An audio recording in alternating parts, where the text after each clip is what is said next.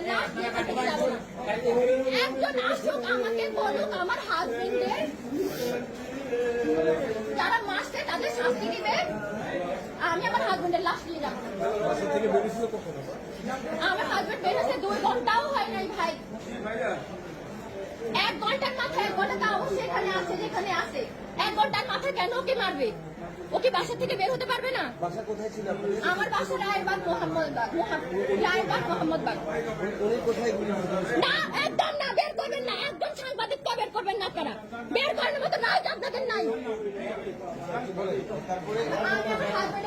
না ভাইয়া একদম না, আসুক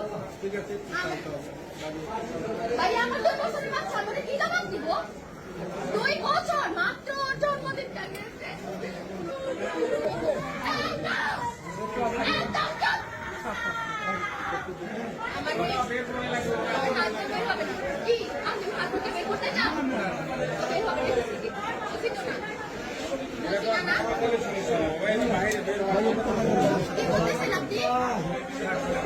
আপনার মেয়ে আছেন আমার বয়সে, আমার 22 বছর বয়স মাত্র।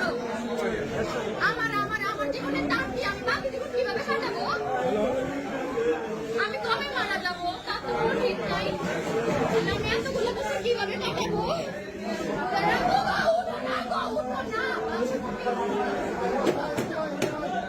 আমি বিধবা, আমার কি বিধবা হওয়ার বয়স হয়েছে বলেন?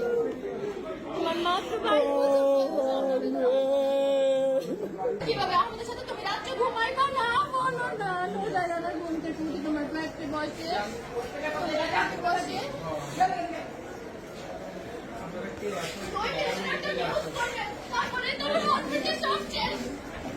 হেডলাইনে লেখা থাকতে উমুক মারা গেছে, একটু উত্তর দেন না প্লিজ। ডাক্তার ভবিষ্যৎটা কি? আমার মেয়ে ডাক্তার বানাবে বলছে ও ডাক্তার। আমি অনেক বড় একটা বাসা নিয়ে থাকি, আমার বাসা থেকে বের হয়ে যেতে হবে। আমি ভাড়া থেকে দিব। নজরে রাখবো, আমরা কিভাবে বাঁচবো? নজরে রাখবো, নজরে রাখবো প্লিজ। উঠে যাও না বাবু, উঠে যাও না তুমি। আল্লাহ নজরে রাখবো। জানো আমার মা কি বলবে? আমার মা নজরে রাখবো, নজরে রাখবো। উঠো না, আমি না তোমার আজের জমে আম কেটে দিছিলাম।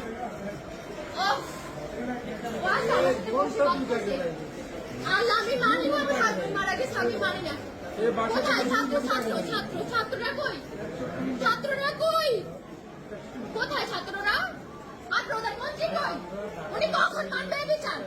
ওদের কখন মানবে? উনি কজন মারা গেলে? তুমি ছাড়া আমাদের কেউ নাই, বিশ্বাস করো। আমরা এই দেশ ছেড়ে চলে যাবো, তুমি উঠো। নিজেরা রাখবো, কতজন বেঁচে গেছে? নিজেরা তুমি বাড়তে যাও না। নিজেরা কতজন বেঁচে গেছে? তুমি কিচ্ছু